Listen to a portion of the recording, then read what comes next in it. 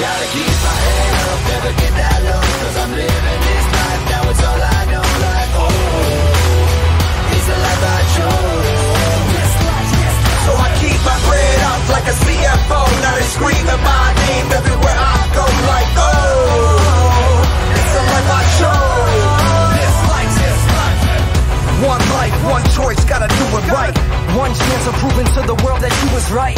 Like a match waiting for a spark through at night. Sitting contemplating if you're gonna make it through tonight. And rise up like a phoenix flying through the light. Or fly fast like a star shooting through the night. You see, man, the difference between you and I is I'ma keep doing what I do cause it's do or die. Salut à tous, c'est Mustachi, j'espère que vous allez bien dans cette nouvelle vidéo. Aujourd'hui, on va faire mes pronostics pour Day One, le nouveau pay-per-view de la WWE. J'ai l'impression que ça fait 37 ans que j'ai pas fait de vidéo, c'est ouf. Donc les informations du show, le nouveau pay-per-view WWE Day One sera présenté le 1er janvier 2022. Il commencera à 2h heure de Paris, dans la nuit samedi à dimanche, ou 20h heure de Montréal sur le WWE Network. L'événement aura lieu au State Farm Arena d'Atlanta en Géorgie. Je pensais que ça allait être préenregistré, mais au final, bah non, à ce qui paraît.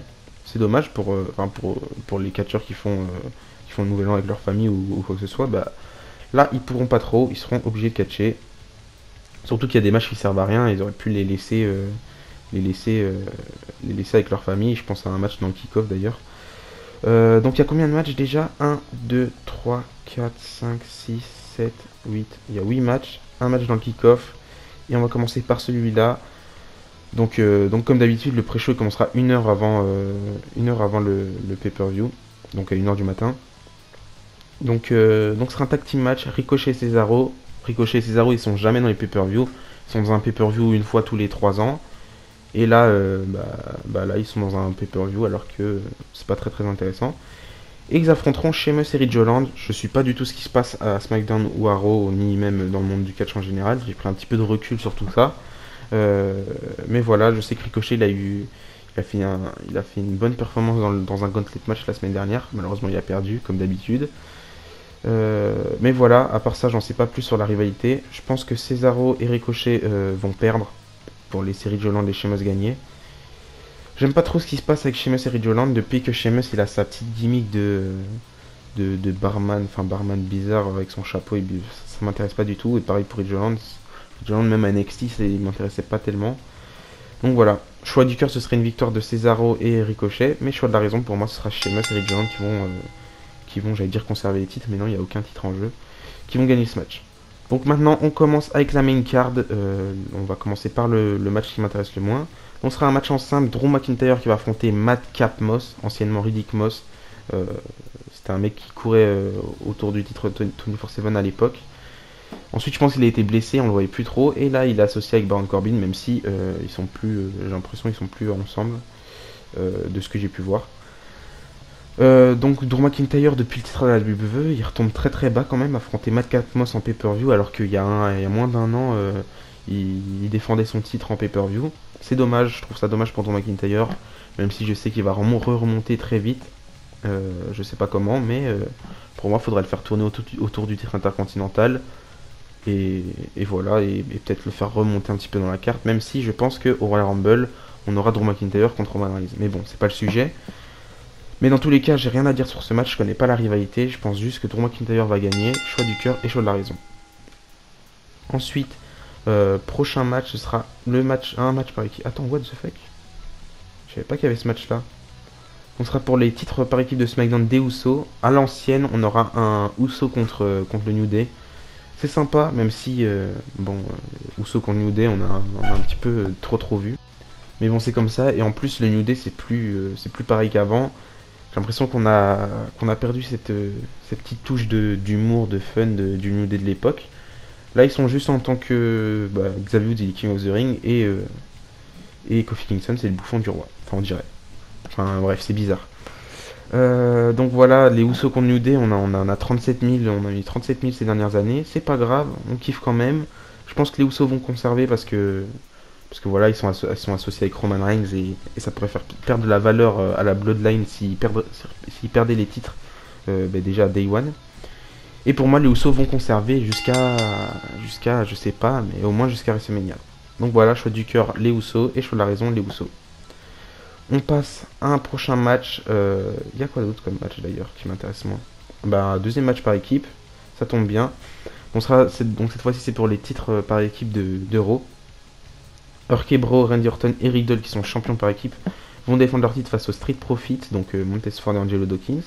Je pense que Montesford et Angelo Dawkins ils avaient remporté une opportunité à Raw pour pouvoir affronter les champions. Je sais pas, je pense que ça s'est passé comme ça. Je vois pas Riddle et Orton perdre les titres tout de suite, à moins qu'ils veulent déjà commencer à builder la rivalité entre les deux, pour peut-être les faire affronter à WrestleMania, même si j'espère pas. J'espère qu'ils vont rester encore un peu plus de temps en équipe, et peut-être que, on sait jamais, dans 5-6 ans, peut-être ce sera une équipe légendaire, je sais pas. Je dis ça comme ça. Donc pour moi, choix du cœur, RK-Bro, et choix de la raison, RK-Bro. De toute façon, pour moi, c'est une des meilleures choses qui se passe actuellement à Raw, même si je regarde pas toutes les semaines. On passe au prochain match, un singles match, Edge contre le Miz. Je sais pas d'où c'est sorti cette histoire, c'est sorti de nulle part. On a Edge qui a fait son retour à Raw, Miz et Maryse qui ont fait leur retour à Raw. C'était un peu fouillé, ils ont fait 2-3 refs à MJF et CM Punk. C'était assez sympa. Donc voilà, je sais pas pourquoi ils font ce programme. Moi, ça m'intéresse pas du tout. Quand Edge a fait son retour au Royal Rumble, quand je pensais à Edge, pour moi, fallait profiter tout le temps que Edge a pour encore catcher, pour faire des affiches inédites. Même si cette année on a eu Roman Reigns contre Edge, Seth Rollins contre Edge, ok. Mais sinon, le reste de l'année, on a eu Orton Edge. Là, on va voir Miz Edge, c'est du déjà vu quoi. Je sais pas si le Miz et Edge sont déjà affrontés, mais vous voyez dans l'idée. Le Miz c'est pas un catcheur tout nouveau, Edge c'est pas un catcheur tout nouveau. Pour moi il faudrait tout tenter. Par exemple, je verrais bien Edge contre AJ Styles. Bon après AJ Styles c'est pas un tout nouveau parce qu'il catch depuis des années, mais à la WWE c'est inédit. Donc pour moi il faudrait profiter du peu de temps qui reste à Edge pour catcher, pour faire affronter des gros superstars et faire des dream matchs. J'espère au moins qu'à WrestleMania, AJ Styles va affronter Edge. Enfin bref. Pour ce match, en ce qui concerne ce match-là, j'ai pas suivi du tout. Je sais juste que cette semaine, il y a eu un mariage, enfin un renouvellement des vœux de Miz et Maryse. Miz, il a parlé un petit peu français, c'était assez sympa.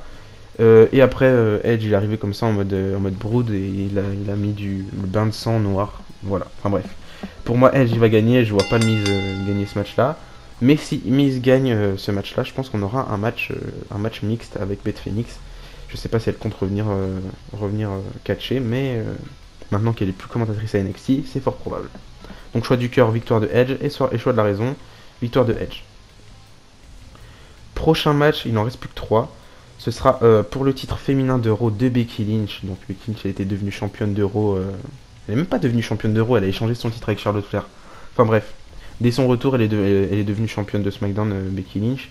Et je trouve ça assez dommage, parce que Bianca Belair, après ça, elle a dégringolé. Maintenant, je sais pas qu'est-ce qu'elle fait. Elle a eu un bon match face à Doudrop. Enfin, je préfère dire Piper Niven. Donc, elle a eu un bon match face à Piper Niven à Raw. C'était sympa.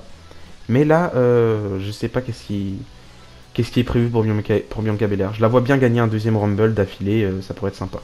Mais bon, je préfère rester sur de l'inédit.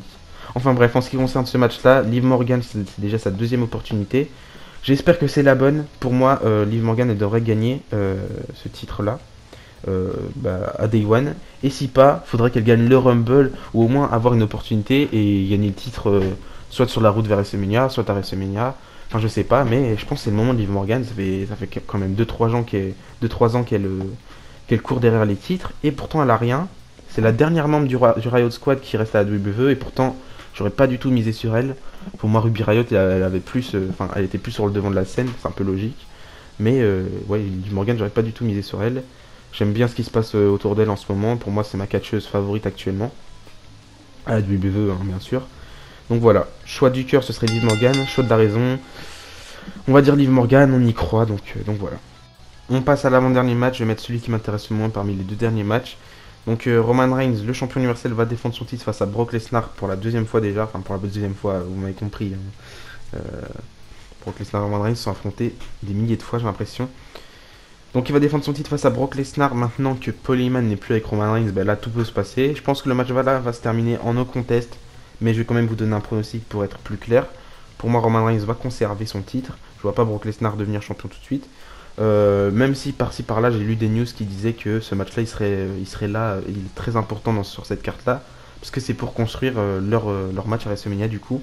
Peut-être qu'il y aura une intervention, peut-être qu'on va construire un truc avec une autre superstar et mener tout ça à WrestleMania. Je sais pas vraiment comment ça va se passer. J'ai du mal à voir ce match-là, j'ai du mal à voir la construction de ce match-là. Même si j'aime beaucoup ce qui se passe à SmackDown avec Paul Heyman, avec Roman Reigns et Brock Lesnar. Ça fait plaisir de voir Brock Lesnar face, même si on le voit pas chaque semaine. Ça change d'habitude, Brock Lesnar n'est pas heel, cette fois-ci Roman Reigns est heel, même si je pense pas qu'il va rester très très longtemps heel. Il faut se rappeler quand même que le but de Vince McMahon c'est de faire de Roman Reigns sa top star en face, parce que pour lui, Vince McMahon une top star, c'est forcément face, même si là actuellement Roman Reigns c'est déjà la top star, mais il est heel. Enfin bref, j'espère au moins qu'on aura Roman Reigns heel jusqu'à la fin de son règne. Donc voilà, donc mes pronostics: Roman Reigns, choix du cœur, choix de la raison, Roman Reigns. J'ai pas envie que Brock Lesnar devienne champion tout de suite. J'ai envie de faire durer un petit peu le règne de Roman Reigns jusqu'à au moins WrestleMania cette année. Enfin, dans tous les cas, j'ai pas envie que Brock Lesnar détrône Roman Reigns. J'ai envie d'avoir une superstar pas encore établie. Enfin, pas encore établie, vous m'avez compris, une superstar qui a encore rien gagné, quoi. Enfin bref, on passe directement au main event, un Fatal 4-Way. Ça fait longtemps un Fatal 4-Way pour le titre de la WWE. Ça fait plaisir. Donc Big E qui est champion de la WWE depuis septembre, un Raw au mois de septembre ou fin août, un truc dans le genre, je sais plus. Il avait cash-in sur Bobby Lashley qui était champion du coup. Bobby Lashley qui s'est rajouté dans le Fatal 4-Way en battant tous les membres. Je sais pas vraiment comment ça s'est fait, mais en tout cas ça s'est fait. Seth Rollins qui est challenger numéro 1 au titre de Big E depuis au moins 2-3 mois. Enfin je dirais 1 mois et demi, 2 mois. Je sais plus, en tout cas il avait remporté un contrat dans un ladder match face à Kevin Owens et Finn Balor. Et Kevin Owens qui s'est rajouté dans le match. Et je trouve que Kevin Owens actuellement c'est la meilleure chose qui se passe à Raw. Parce que il redevient heel, Kevin Owens heel, ça fonctionne toujours mieux que Kevin Owens face, je trouve. Maintenant qu'il a re-signé avec la WWE, tout est possible.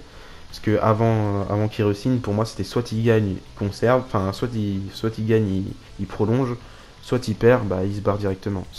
Enfin bref, je pense qu'il y aura un changement de titre du coup à ce moment-là. Je pense pas que Big E va conserver. Big E ça a été très sympa, je trouve qu'il fait un très très bon champion du côté de Raw. C'est assez fun et déjà ça me fait bizarre de le voir champion du monde parce que il y a 2-3 ans, même moins, il jobait quoi, il faisait pas grand chose. Donc voilà, ça fait plaisir de voir Big E champion. Je pense que Seth Rollins peut redevenir champion de la WWE prochainement. En tout cas, je pense qu'il va pas tarder à reprendre un titre mondial. Pareil pour Kevin Owens, je pense que c'est son moment. S'il a signé, c'est pas pour rien. Je pense qu'on lui a promis des choses. En tout cas, j'espère peut-être qu'il pourrait gagner le Royal Rumble. On verra ça pendant mes pronostics du Royal Rumble le mois prochain.